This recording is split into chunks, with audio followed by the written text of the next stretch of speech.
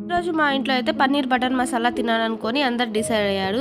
So గబగబా మార్కెట్కి వెళ్ళి పన్నీర్ అయితే తీసుకొని వచ్చుకున్నాను. వాటిని చిన్న చిన్న క్యూబ్స్ చేసి తోలోకి ఎండుమిర్చి, జీడిపప్పు ఒక 5 మినిట్స్ నానబెట్టుకొని ఇంకో ప్యాన్ పెట్టుకొని దాంట్లో బటర్, పసుపు, ఉప్పు, కారం, కసూరి మేతి అండ్ ఈ పన్నీర్ వేసి కాసేపు ఫ్రై చేసి పక్కన పెట్టుకోవాలి.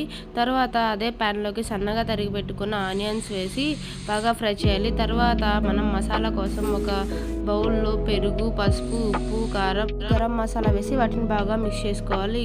మిర్చి, జీడిపప్పు పేస్ట్ అండ్ కర్డ్ పేస్ట్ మొత్తం ఇందులో వేసి బాగా మిక్స్ చేసుకొని బాగా ఆయిల్ పైకి తేలేంత వరకు బాగా కుక్ చేయాలండి. ఇలా కుక్ చేయడం వల్ల ఇది ఎంతో టేస్ట్గా ఉంటుంది. తర్వాత మనం ఫ్రై చేసి పెట్టుకున్న పన్నీర్ ముక్కల్ని యాడ్ చేసి అందులోకి సరిపడా వాటర్ వేసి అయితే ఎంత గ్రేవీ అయితే కావాలనుకుంటున్నామో అంతవరకు పెట్టుకుంటే అంతే ఎంతో టేస్ట్ అయిన బటర్ మసాలా రెడీ అయిపోతుంది. ఈ కాంబినేషన్ చపాతీ కానీ బటర్ నాన్తో తింటే ఎంతో సూపర్ టేస్టీగా ఉంటుంది.